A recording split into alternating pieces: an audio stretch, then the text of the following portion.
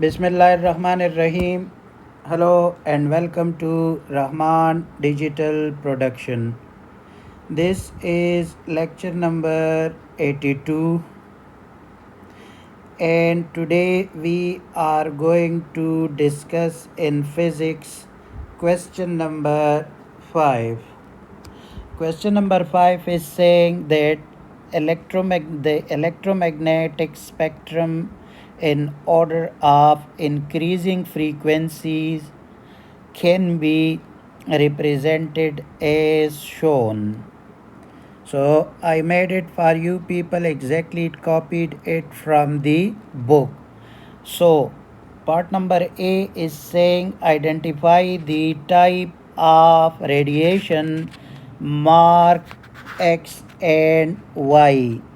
They are asking that wherever we are having the label X and the label Y, so I can write it here that by seeing the frequencies, we say that X is infrared radiation and Y is an X-rays. You have to memorize at least these 7 different types of electromagnetic waves. So here it is saying that it is X is equal to infrared radiation while Y is equal to X-rays. The second part of this question is saying that what can you say about their speed in vacuum?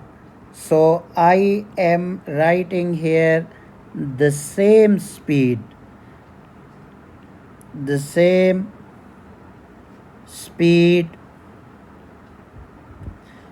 in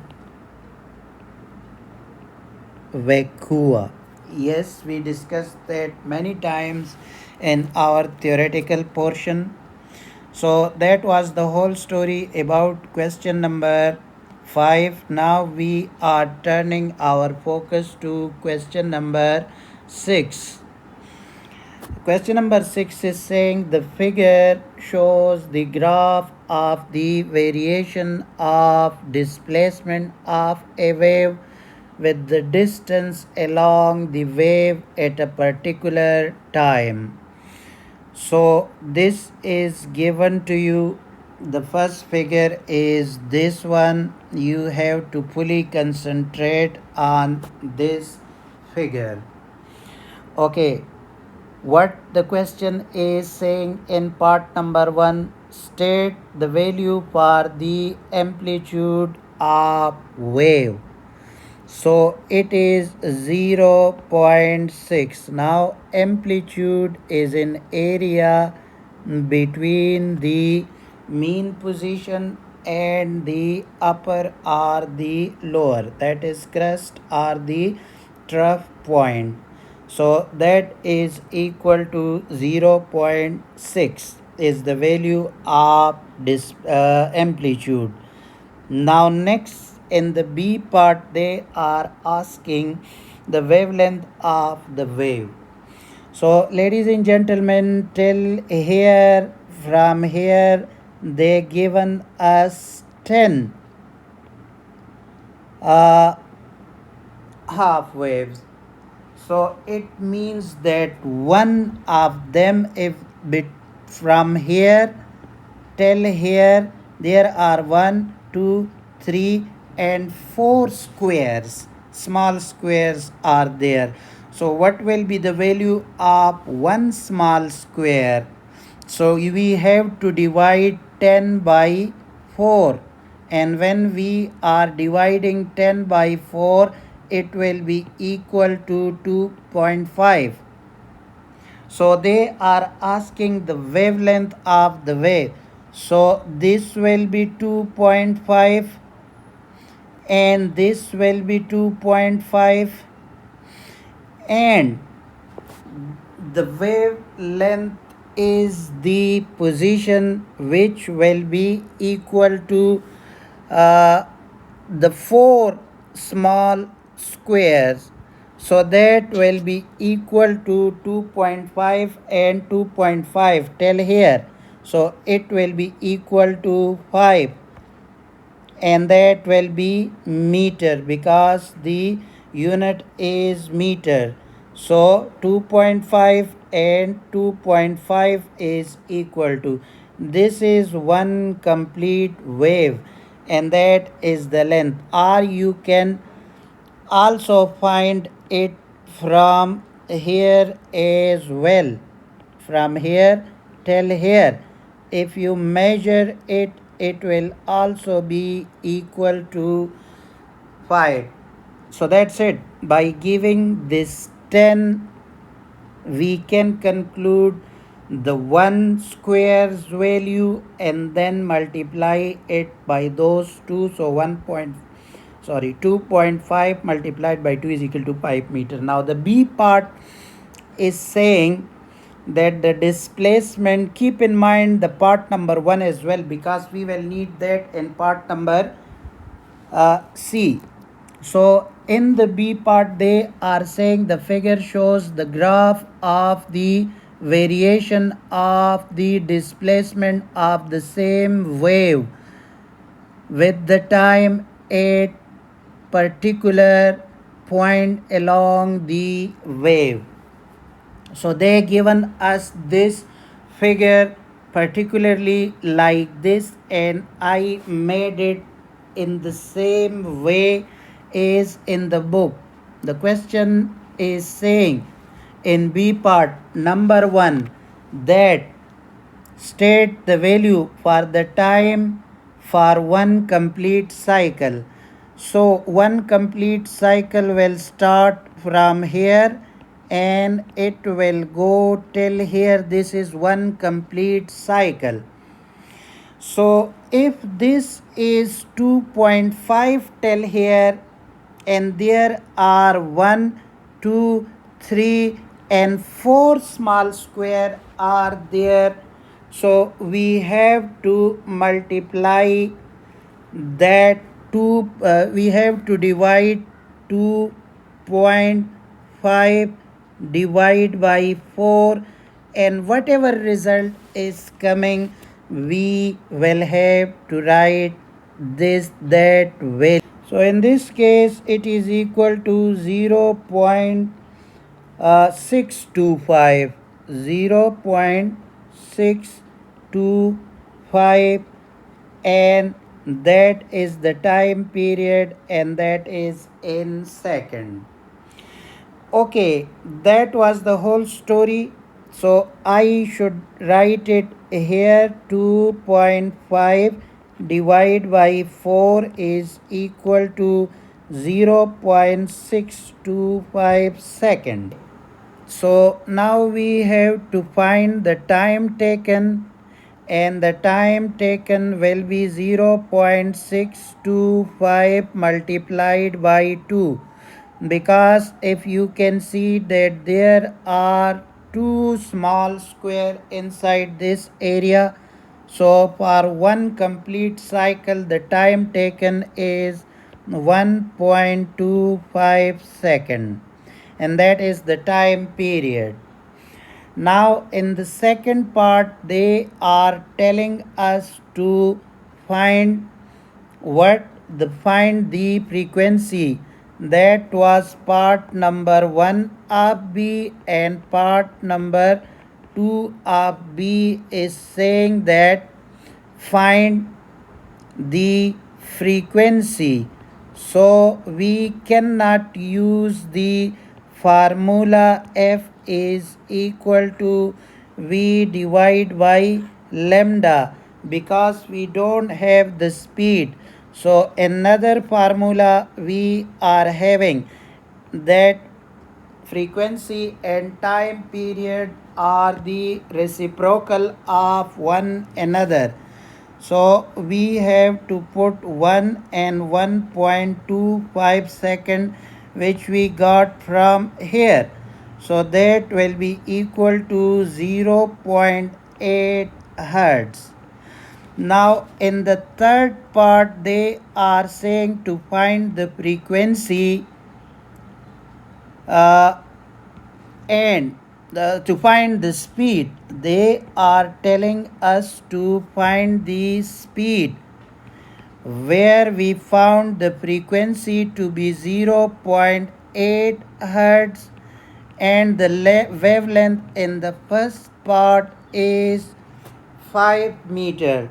So very clearly we can see that V is equal to 0.8 multiplied by 5, which is equal to 4.0 meter per second. So that was the whole story about the question number 6. Now we are turning our focus to question number 7.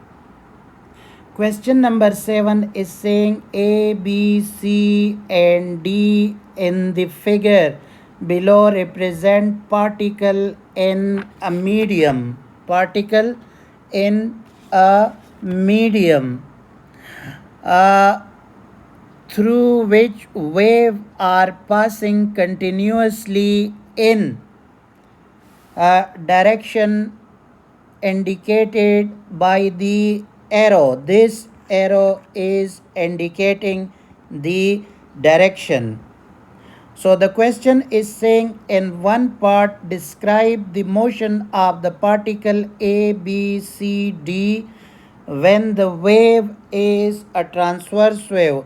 So the motion of the particle will be perpendicular, because we know from the definition of transverse waves those mechanical waves in which the medium particles are vibrating perpendicular to the propagation of wave, so that will propagate like this at its position. Now, in the second case, they are saying when the wave is longitudinal. So, in that case, the medium particle will propagate parallel. These 4 points labeled as A, B, C, D will propagate parallel. Uh, in the B part of this question, they are asking very technical question, and they say draw a full scale diagram of a transverse wave of wavelength 40 millimeter. Now 40 millimeter is 0.04 meter or 40 centimeter. So let me write it that 40 millimeter is equal to 0.4 centimeter, which is equal to 0.04 meter. Keep this data in mind. We will need it in a while. What the question is saying, 40 millimeter of wavelength and amplitude 1.5.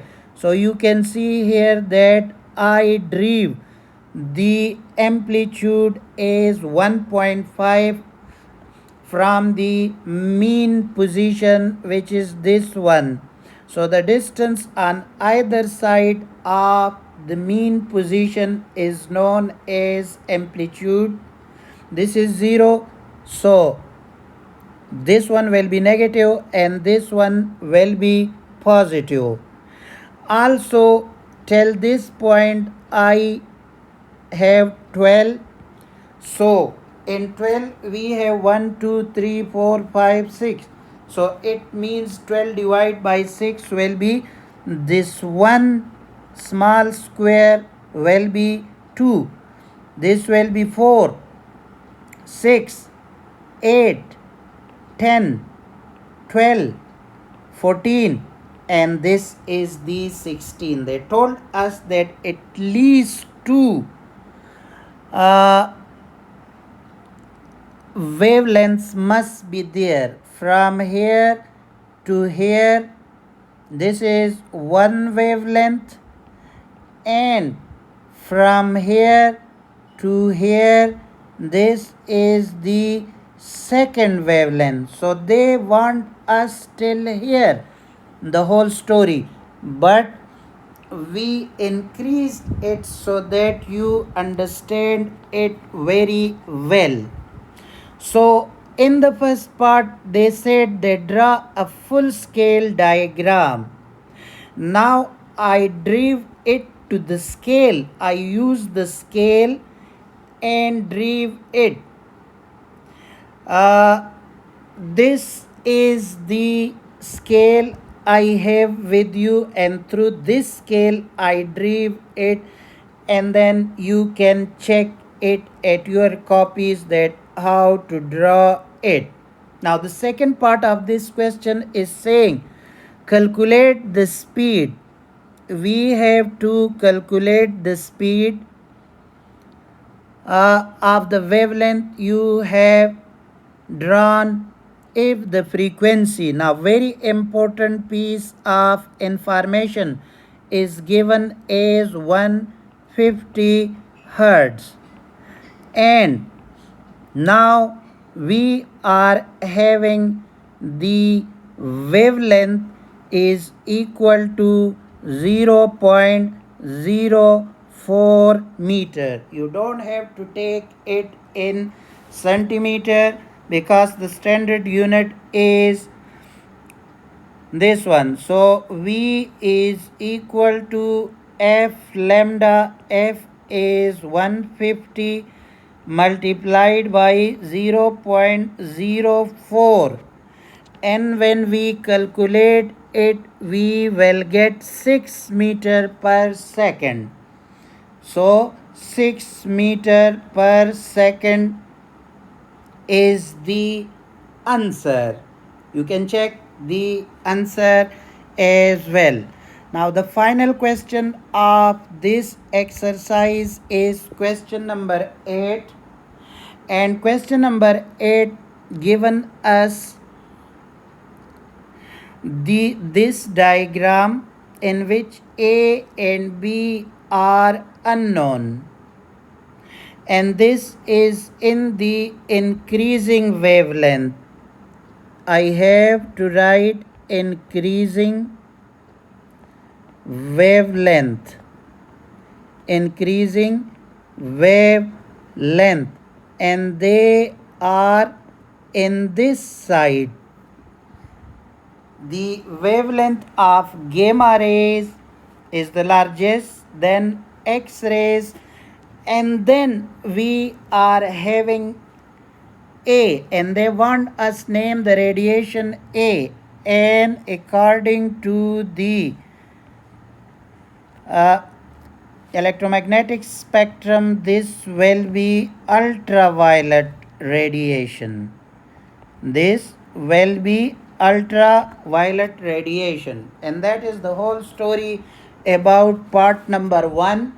Now the second part is saying describe how would you detect the radiation. B, how we would detect the radiation B. So we will say because wavelength is the reciprocal of time period, so radio wave will have larger wavelength, and then we are having X-rays. Then we are having at the position of B is the infrared radiation, because with the visible light according to the wavelength there is infrared radiation. So because of the increasing wavelength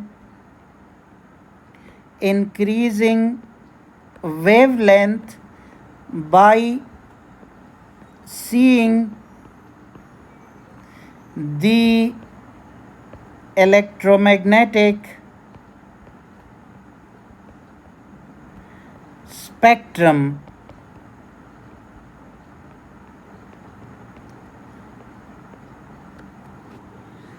because from this side we have to see there is a microwave with the radio waves, but if we are going from this side, then this B is microwave. But if we are going in the increasing wavelength, then B is an infrared radiation. Now the third part of the question is saying that describe briefly one of the uses of X-rays.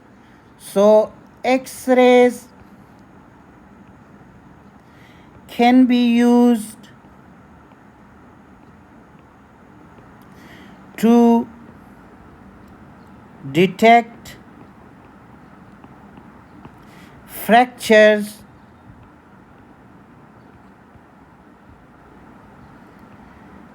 in the bones. The second use is it can also be used for the detection of fracture in tennis ball as well, and there are many other bills. Because they told us only one, so we can use that. It can be used to detect fractures in the bones. The fourth part is saying state two ways in which electromagnetic waves differ from sound waves. Now, sound waves are longitudinal waves. Longitudinal waves. This is the first difference. And the electromagnetic waves are transverse waves. This is the first difference.